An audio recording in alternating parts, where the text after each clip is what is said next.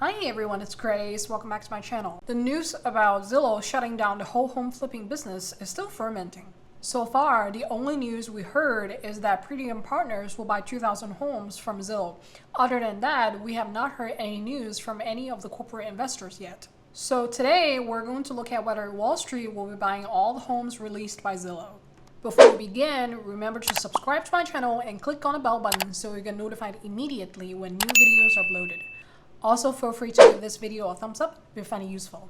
This is an important question to ask because if Wallstreet is buying up everything, there's not a single chance that an average buyer will be able to afford a home in 2022. So first, let's recap.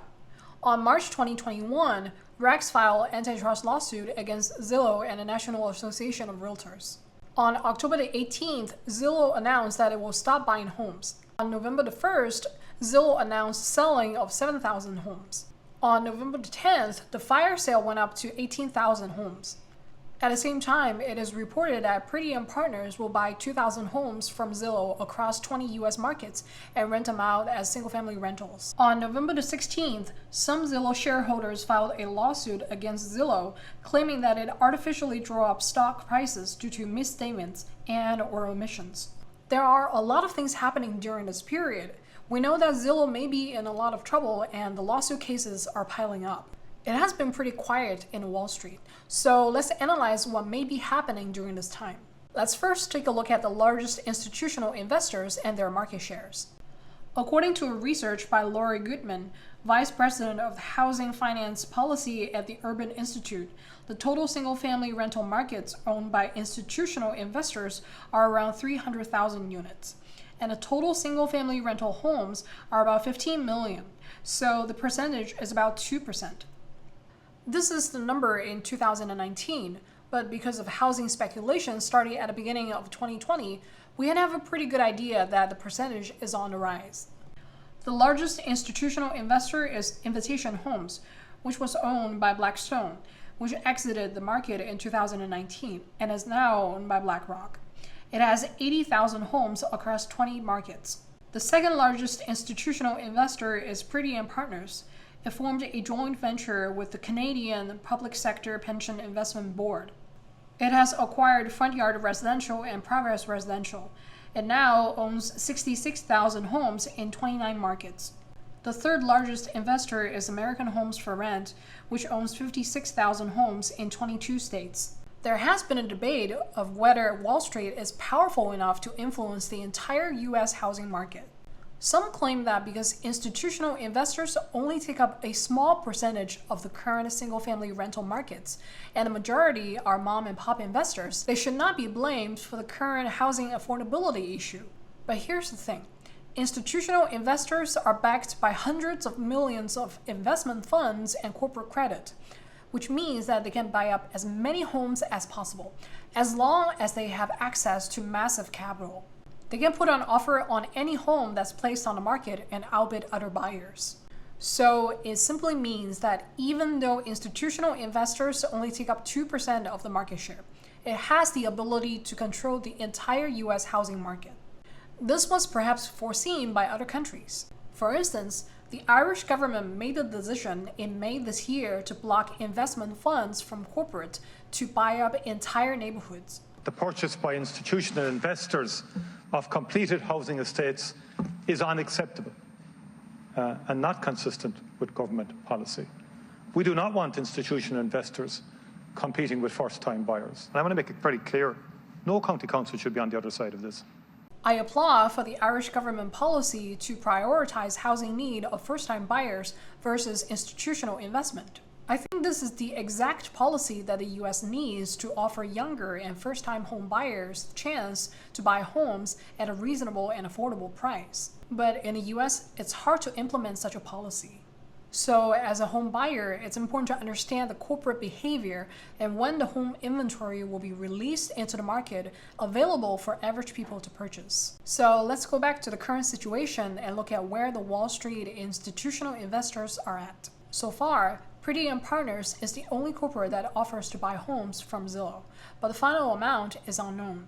Back in June 2021, a nonprofit organization called Private Equity Stakeholder Project found out that Pretium Partners has evicted more than 1,000 renters when a federal eviction moratorium was still in place.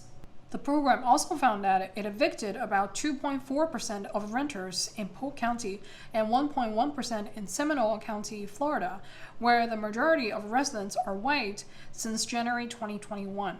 In comparison, the eviction rate was at 9.5% in DeKalb and Clayton County, Georgia, where the majority of residents are black. There are also findings that some renters are in the middle of applying for rental assistance, but were kicked out nevertheless. So these controversial findings show that Pretium Partners may be in violation of the Fair Housing Act as well as the federal eviction moratorium, which could tarnish the company's reputation if they become conclusive. So we know that Pretium Partners has its own problems to figure out. Then let's take a look at the cash flow structure of two types of institutional investors. Institutional home flippers such as Zillow, Opendoor, and Redfin purchase properties at 20 to 50% above asking price, renovate and resell within a month. In the process of renovating, it needs to pay out of pocket and generates negative cash flow, and turns for a profit again when reselling them for a higher price, which also needs to cover the cost of renovation.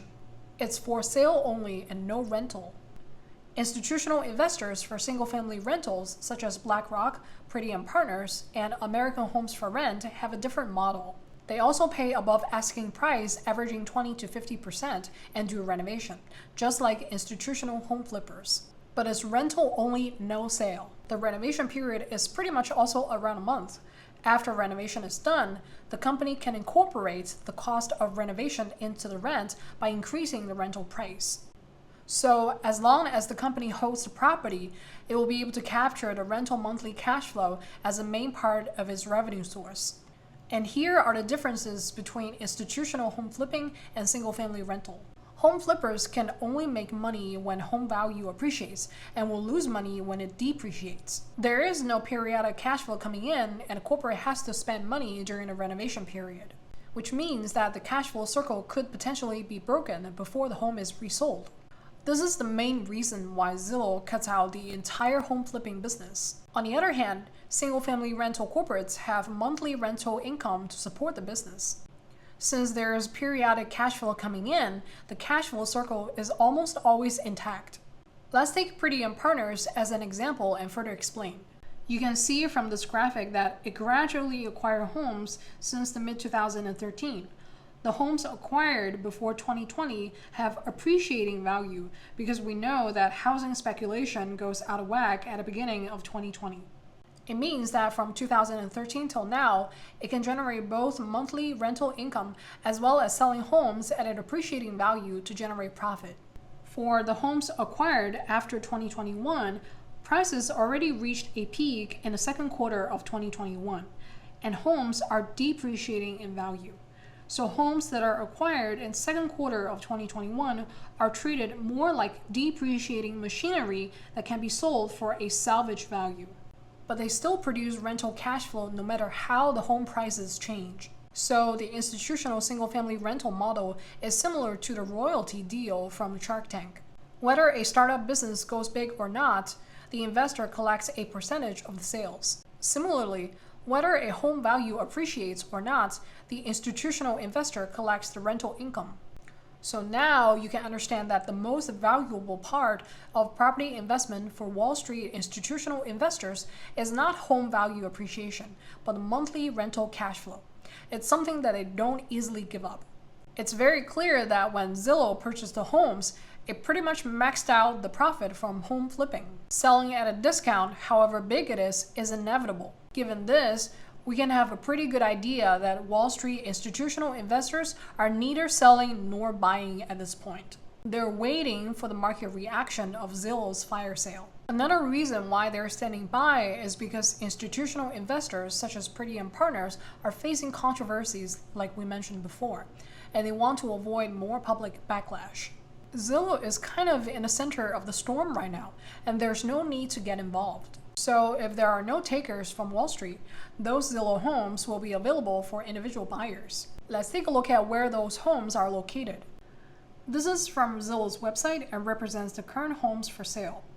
As of November 18th, the inventory level is at 2,500 and a total fire sale is at 18,000. So I created a bubble map to visualize the size so you can see where those inventories will be released. The bigger the bubble, the more inventories will be released and the greater the price crash. So places like Los Angeles, California, Phoenix, Arizona, Atlanta, Georgia, Denver, Colorado, Minneapolis, Minnesota, and places like Fort Worth, Austin, and Houston in Texas, as well as Tampa, Orlando, and Miami in Florida. So these places have quite big bubbles. So we can have a pretty good idea that once these inventories are released, the price will crash down pretty big too. And here's the good thing about Wall Street institutional investors standing by. The longer the wait, the greater the price reduction and the greater the crash. So buyers, be patient. We will be able to see price crash in these areas and you will be able to afford a home again. So I hope you find today's video useful. Please comment down in the section below and let me know what you think. As always, thank you very much for watching and I'll see you on the next one.